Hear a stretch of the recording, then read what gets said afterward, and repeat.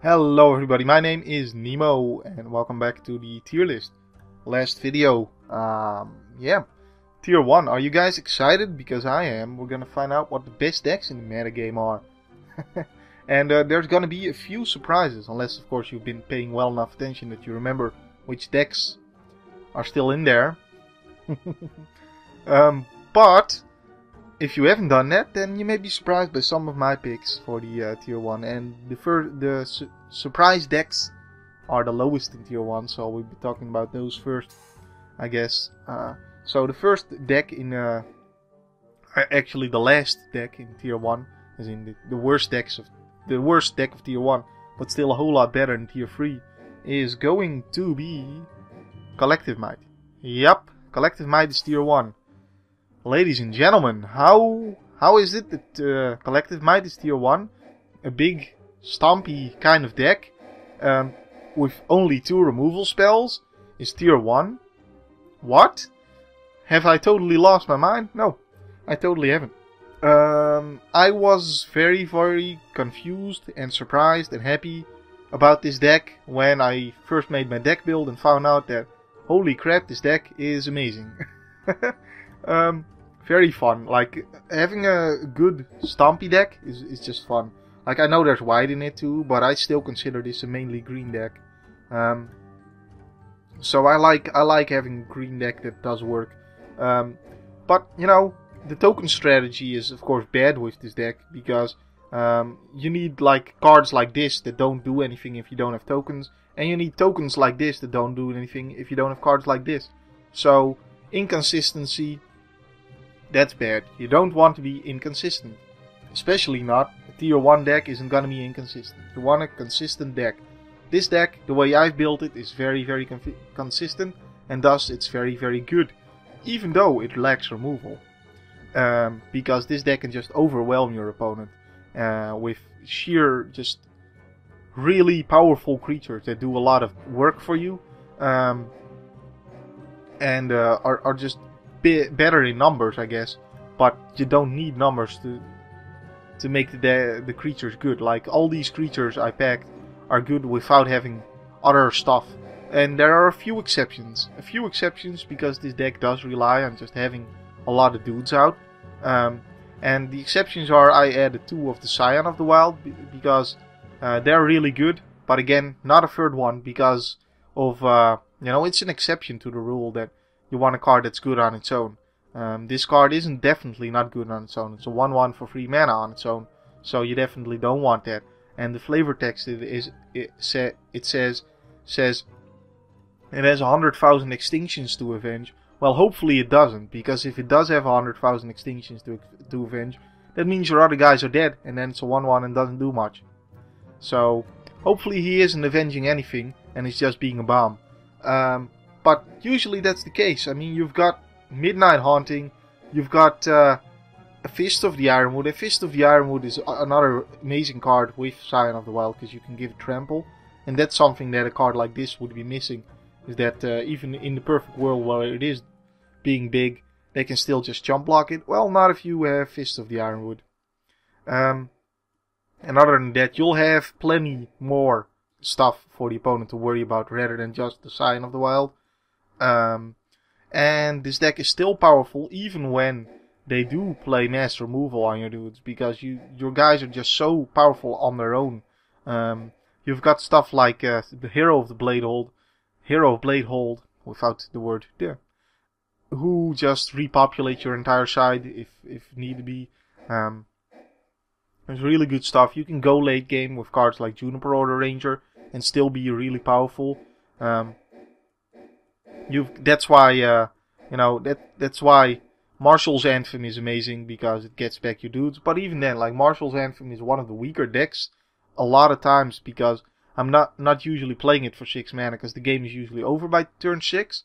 But it's another one of those cards that maybe the deck is a little bit weaker for including it, but it does mean that you get to actually win those kind of games where your entire team was wiped out or something because you had to actually play into mass removal.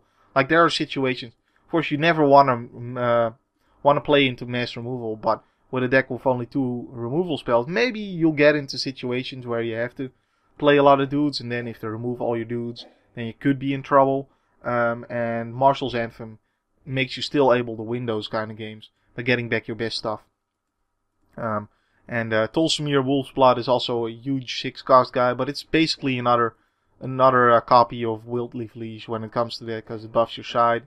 And the same goes for Marshall's Anthem when it comes to that. And yeah, there's a few things like Eladamri's Skull. Don't always have time to play it because of how powerful this deck can be.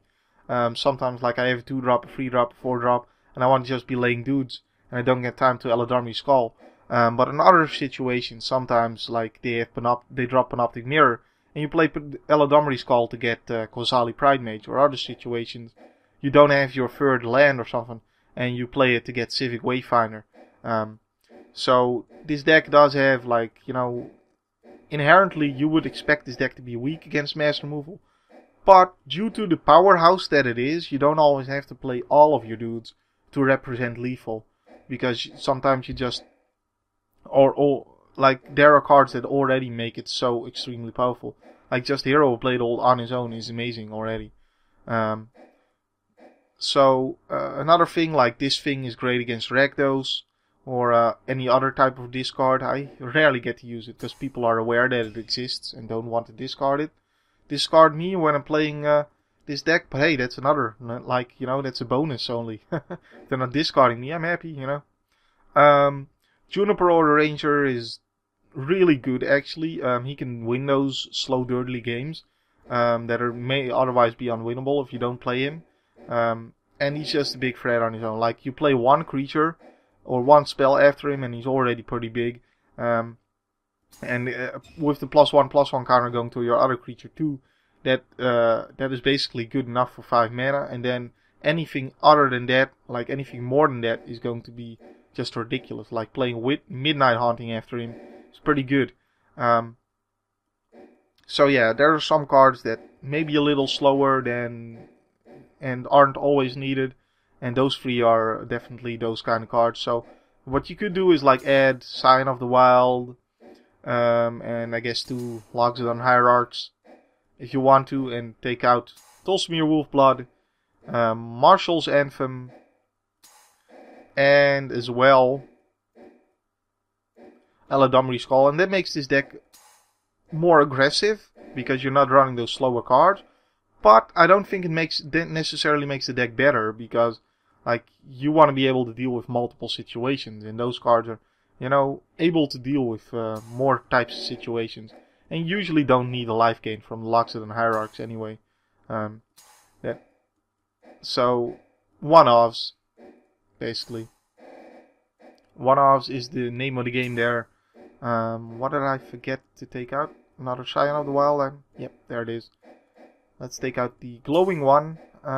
So yeah, basically this deck is amazing, even though it only runs 2 removal spells.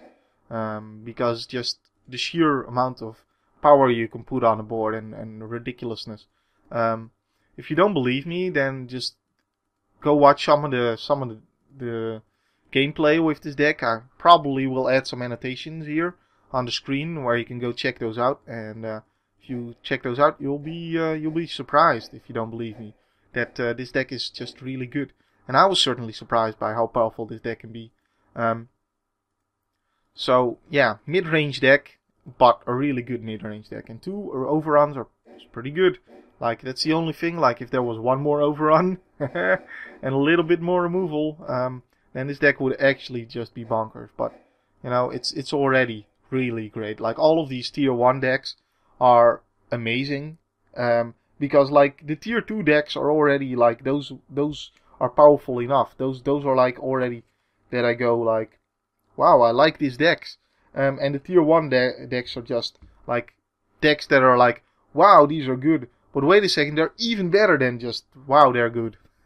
I guess if any of that makes sense. But basically, I love these tier 1 decks. They're great. Although I don't love all of them, because some of them are too good.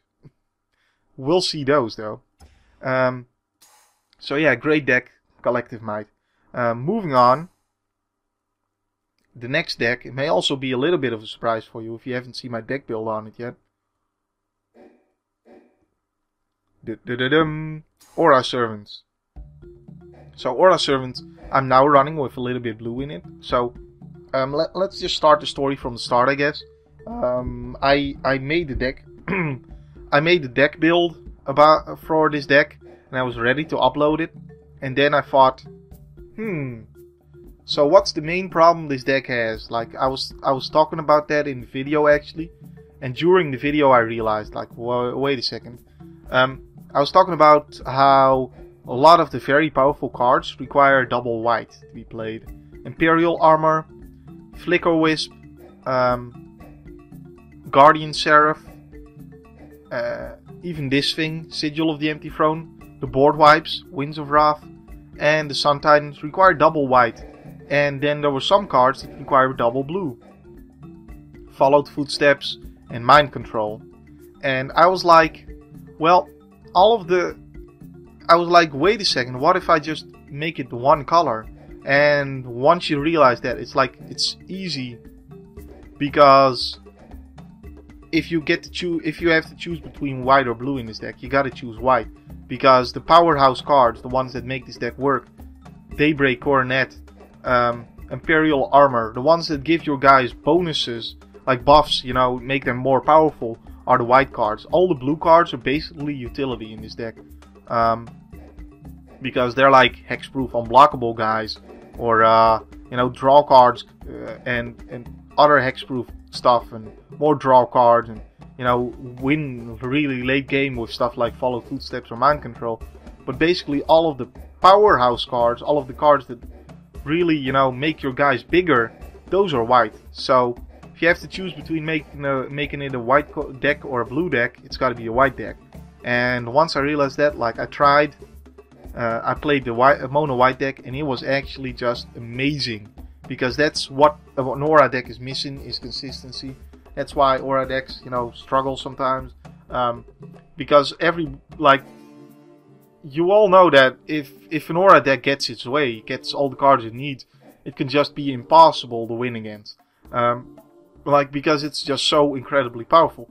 So the only way that's fair is if the Aura deck is inconsistent and doesn't always draw the right card to win the game. So just taking care of that problem with the Aura deck, at least half of the problem, by taking out the blue, was just so incredible for me, because that meant that I had a consistent Aura deck, and a consistent Aura deck is just completely bonkers. Like, you don't even want to know how powerful this deck can be when you just get wins all the time, rather than just getting lucky every once in a while.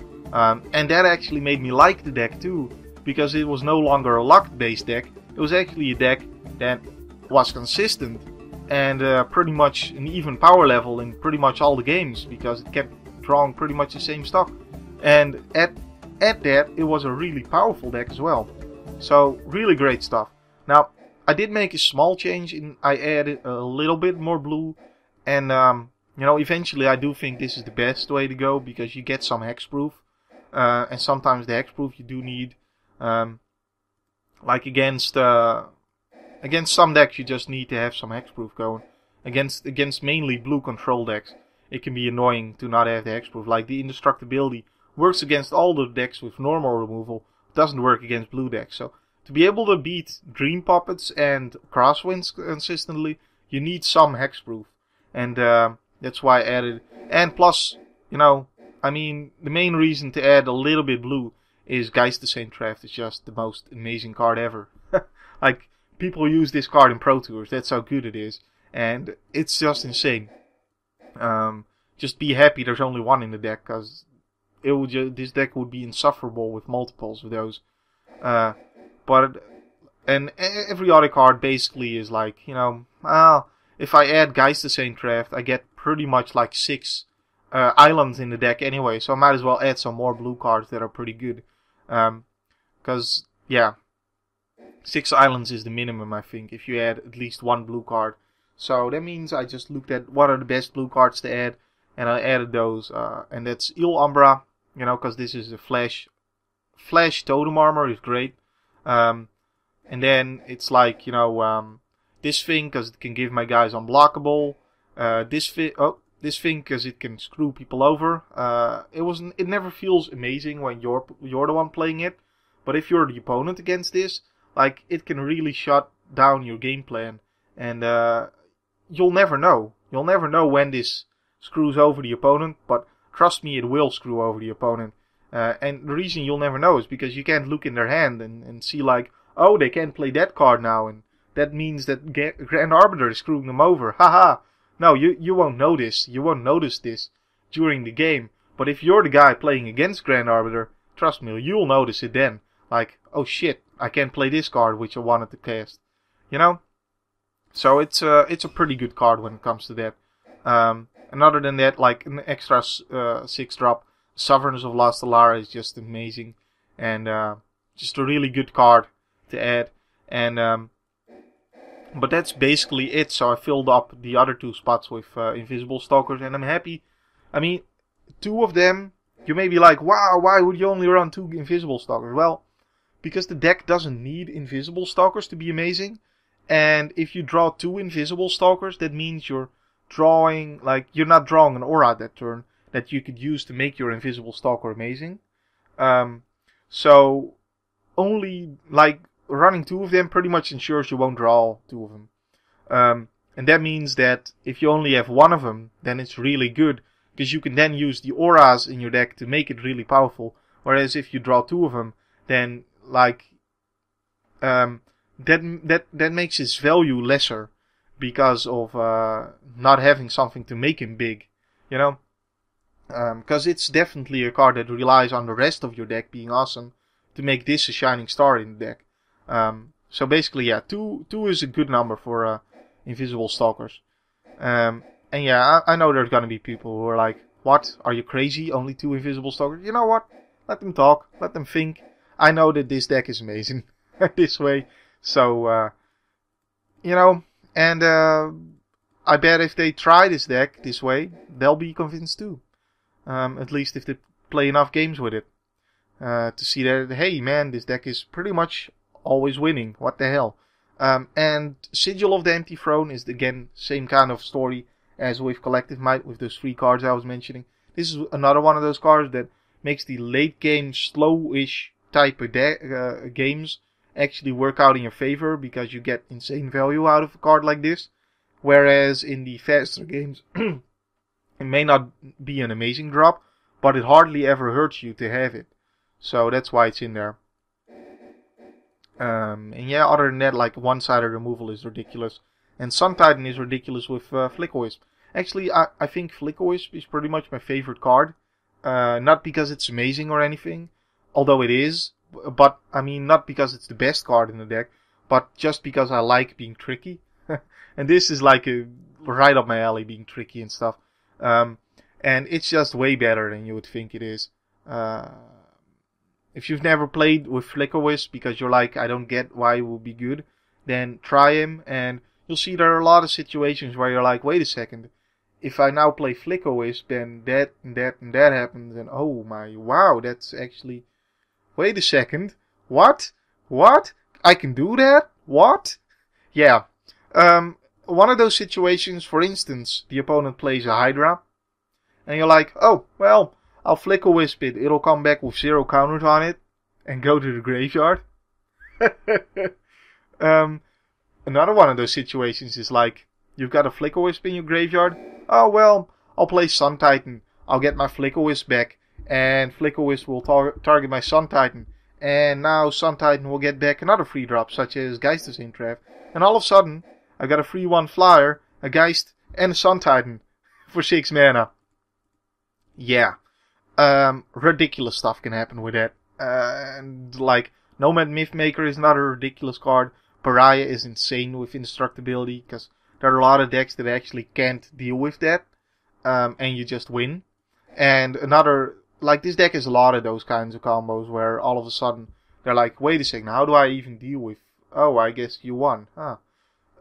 Like, Wall of Reverence is another one of those cards that just can gain you so much life per turn off of like a hexproof creature they can't kill, and you got indestructibility on the Wall of Reverence, and all this craziness is going on, and they're like, how do I deal enough damage to actually get past this wall? I guess I can't. And I mean, if you were running Followed Footsteps, like that's an amazing combo with Wall of Reverence too.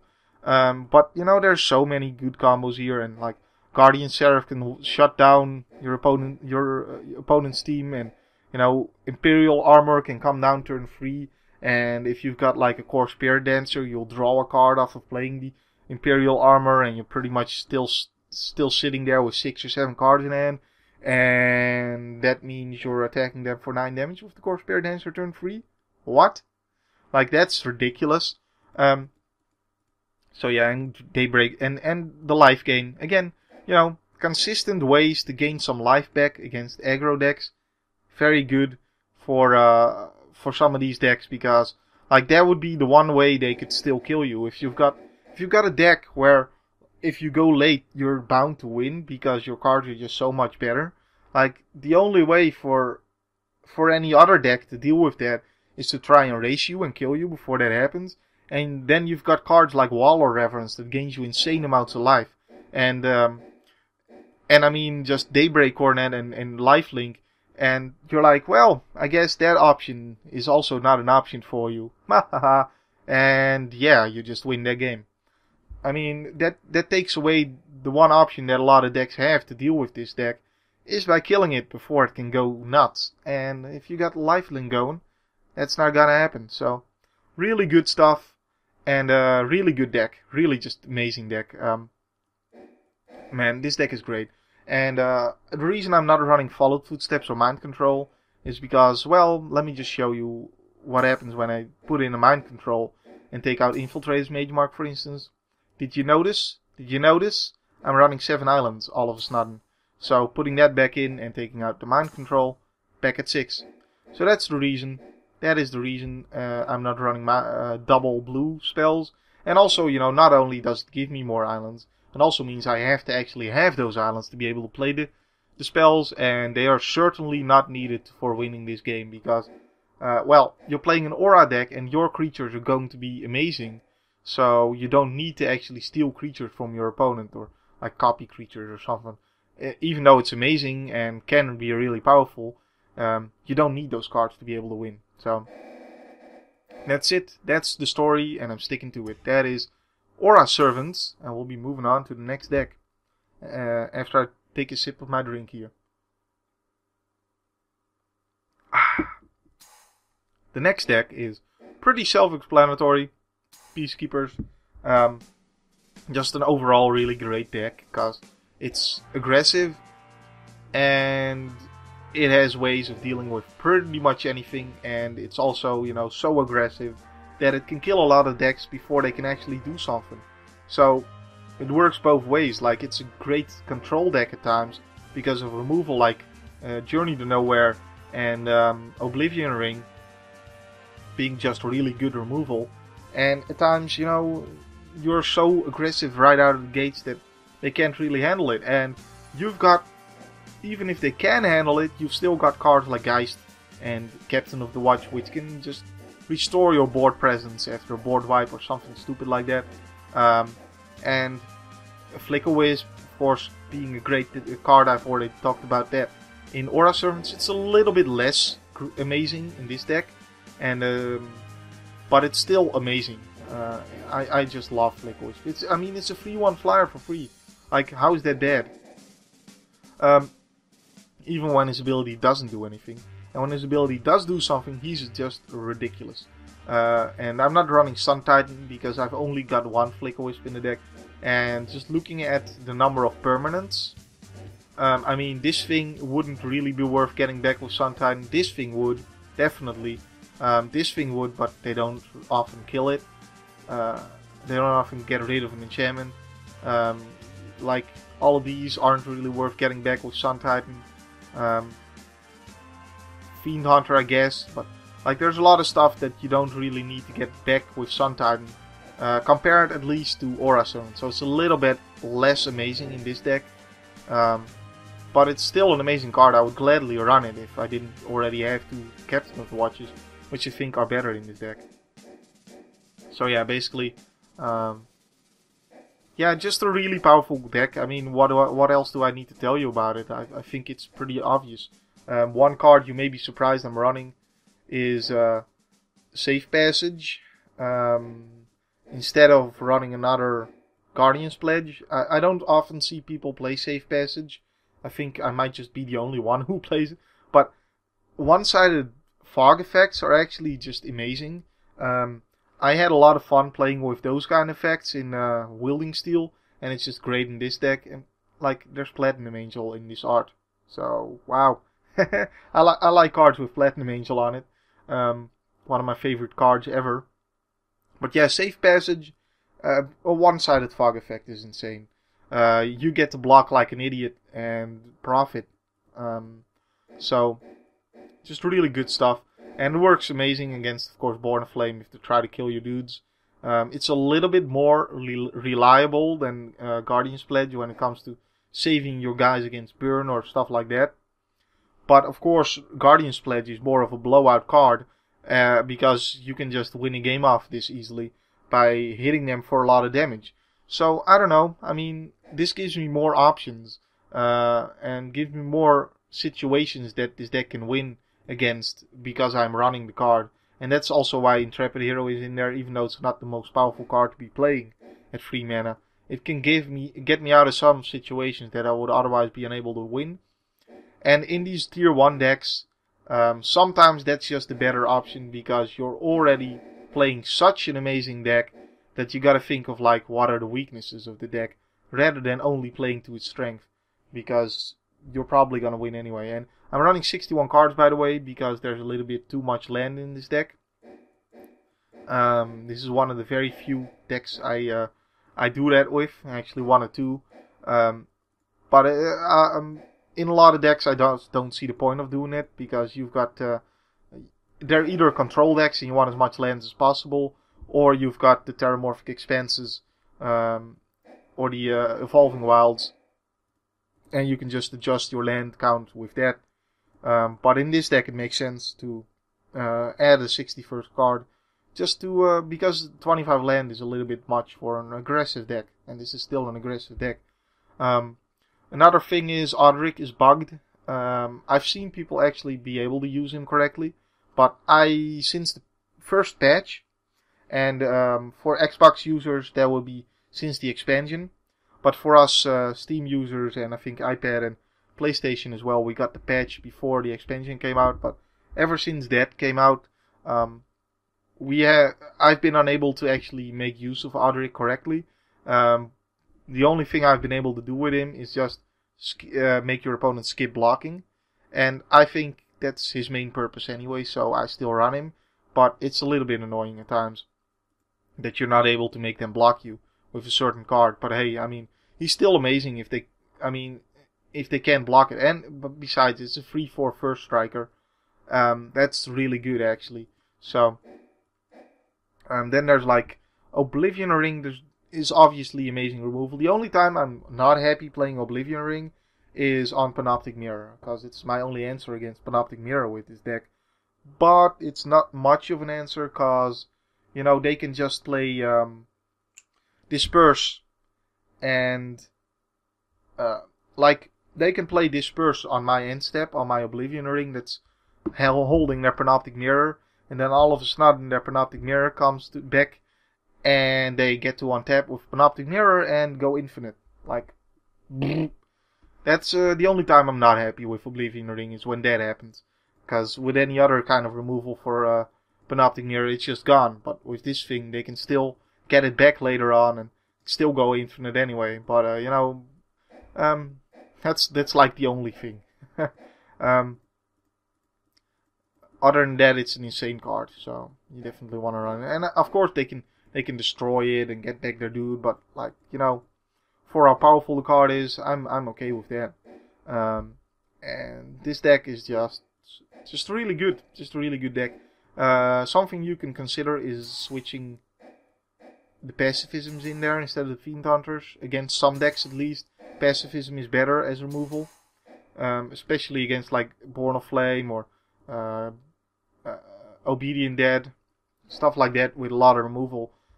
Pacifism is better. Like a lot of removal and big bombs, you definitely want to be able to get rid of them.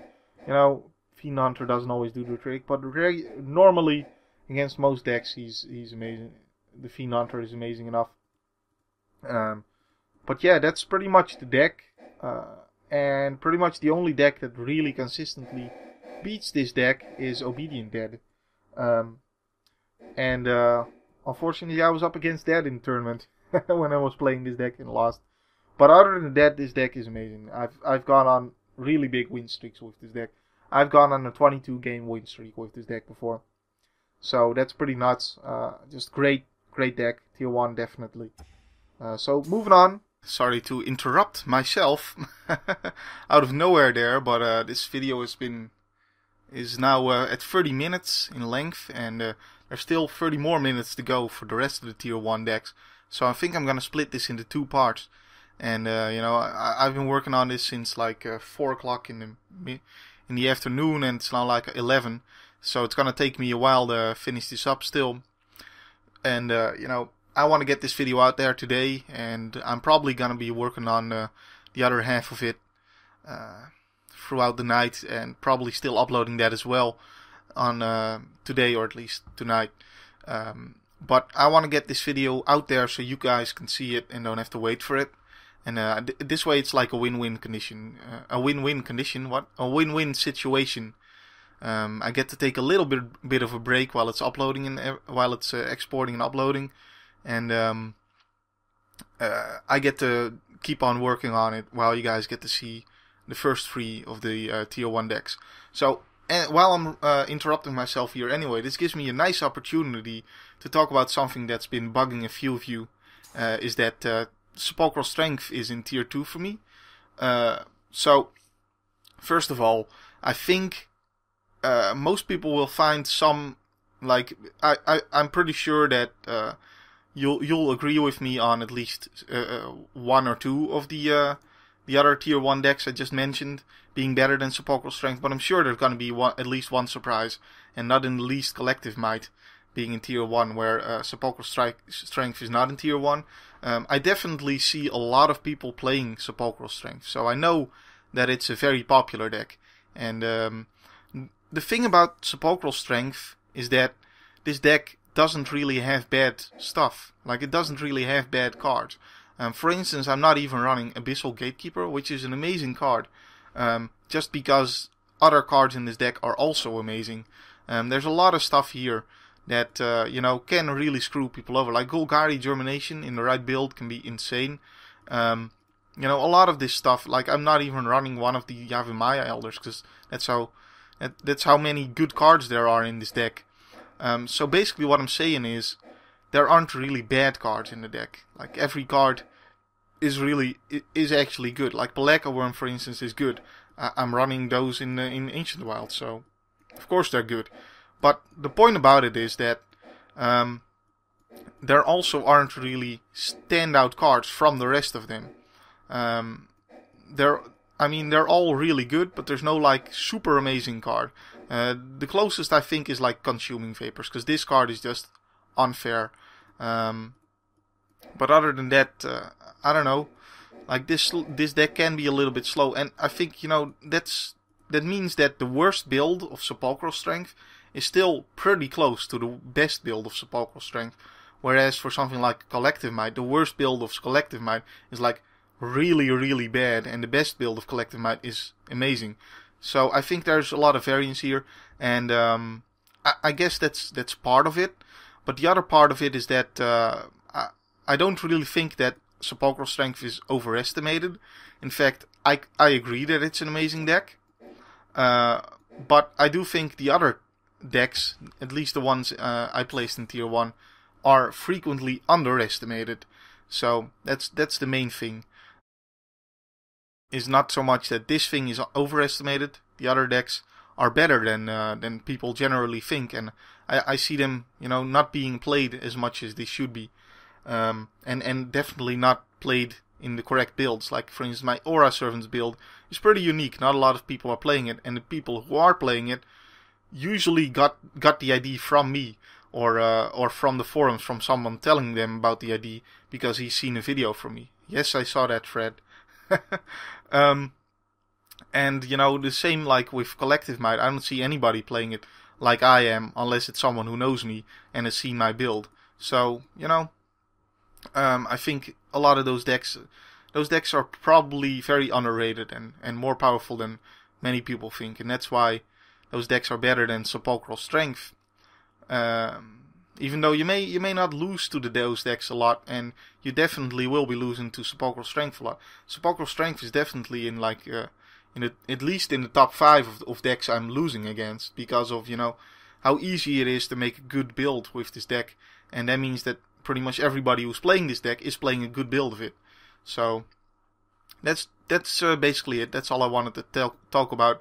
And you know, the other 3 decks, I'm pretty sure.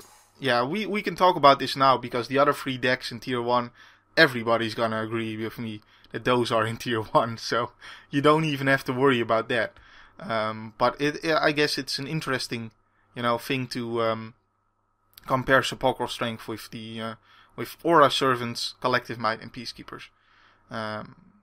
Although I don't really think I need to convince anybody that Peacekeepers is Tier 1. I just think that most people are bored of playing it. But yeah. Anyways, I hope you enjoyed this video. So the other 3 decks of Tier 1 will be forthcoming, as well as gameplay. So my name has been Nemo. My name will still be Nemo next time, and I hope you enjoyed. If you did, please leave a like. It helps out my channel. So thanks for watching. Have a great day.